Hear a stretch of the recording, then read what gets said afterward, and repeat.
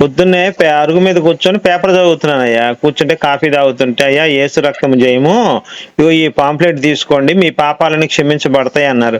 అయ్యా నేనన్నా, ఇంతకుముందు నా మీద ఆల్రెడీ 2 రేప్ కేసులు ఉన్నాయి హైదరాబాద్లో, ఈ బలానా పేపర్లో కూడా పడిందంటే, లేదండి మీ పాపం యేసుని నమ్ముకుంటే క్షమించబడుతుందని చెప్పి వాళ్ళు చెప్పారనమాట. చెప్తే నేను పాంప్లెట్ తీసుకున్నాను. తర్వాత పాస్టర్ గారికి కాల్ చేసి, అయ్యా మరి కోర్టులో నాకు శిక్ష కూడా తీసేస్తారని అడిగా. అయ్యో అలా తీసేయరండి, పరలోకంలో శిక్ష ఉండదు అన్నాడు. పరలోకం ఎవడు చూసి వచ్చాడయ్యా అని చెప్పి ఇలా కాసేపు మాట్లాడానండి. మీరు ఏమన్నా డౌట్ క్లారిఫై చేస్తే నేను కూడా మరి యేసుని నమ్ముకోవడానికి సిద్ధంగా ఉన్నా. బాబు ఇందాక మీ డౌట్స్ ఏంటో చెప్పండి అమ్మా. అడగండి అయ్యా. మీ పేరేంటి మీది? నా పేరు రాజు సార్.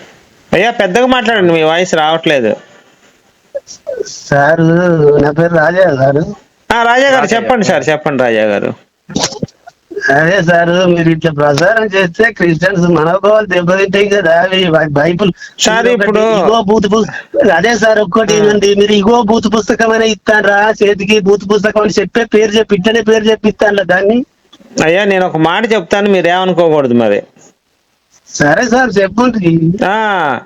పతివ్రత గోరింటాకు పెట్టుకుంటే పక్కింటోడు మడ్డ పండిందంట, అర్థమైందా?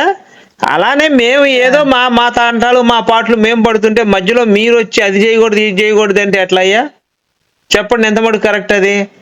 ఇప్పుడు మేమేమైనా తప్పు చేస్తే ఆ తప్పుని మీరు ప్రశ్నించండి, మేము సర్దిద్దాం, మీరు సర్దిద్దండి ఆ తప్పుని. మీరు ఇప్పుడు మీరు ఇట్లా క్రిస్టియన్స్ వాళ్ళకి ఇట్లా పెడితే, దేవుడు నమ్ముకున్న వాళ్ళకి ఇట్లా పెడితే వాళ్ళు ఏమనుకుంటారు? అది ఎట్లా సార్?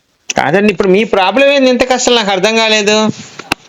నేను క్రిస్టియన్స్ నే సార్, అందుకే ఇట్లా పెట్టకుంది సార్ అని చెప్తాను. సరే అండి, అట్లయితే ఇప్పుడు యేసేపు మేరీ భర్త పేరు, యేసు తండ్రి ఏంటండి? ఒకటేనా వేరు వేరా? మేరీకి అది మాట ప్రకారం అట్టిగానే భర్త అని పెట్టిండు కానీ నేను అడిగింది అది కాదండి. మేరీ భర్త పేరు, యేసు తండ్రి ఒకళ్ళేనా అని అడుగుతున్నా.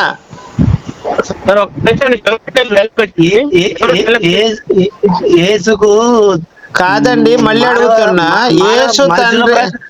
యేసు తండ్రి మేరీ భర్త ఒకళ్ళ వేరు వేరా?